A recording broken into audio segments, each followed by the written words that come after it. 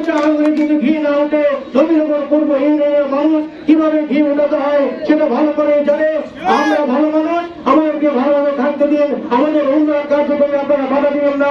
আপনি এই হাসপাতালের নামে অনেক অবৈধ কাজ করে যাচ্ছেন, এগুলি বন্ধ করেন। বন্ধকরণের সময় এসে গেছে। আর দুর্নীতিবাজ সরকার নেই, সুতরাং নতুন বাংলাদেশে আপনি দুর্নীতি করতে পারবেন না। আগামী 24 ঘন্টার মধ্যে তার যে অবৈধ ফ্রি এটা বন্ধ করতে হবে। এই ফ্রি তিতাসনদী থাকবে না।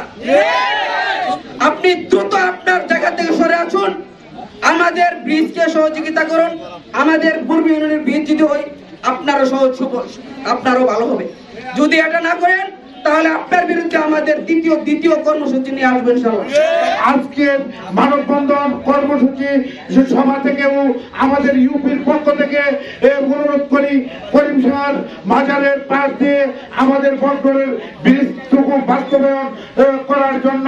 আমার ফেরিজে নিয়ে গেছে, এই জন্য আমি থানায় অভিযোগ করছি এবং পুলিশও সেখানে গেছে।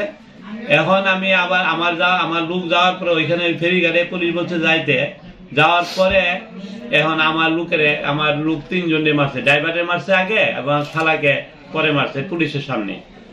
করিম সার থেকে বগ্রহর যে ব্রিজ, সেই ব্রিজ একটা আলাদা একটা প্রজেক্ট, ওইটা আমরা কোনো কাইতে আনি না। আমরা নতুন একটা প্রজেক্ট সাবমিট করছি। আচ্ছা, এলজিটি নতুন প্রজেক্ট, সবে মাত্র এটা ইনকোয়ারি হচ্ছে। এটা এমন কোন হয় না এবং তাদের অভিযোগগুলো মিথ্যা।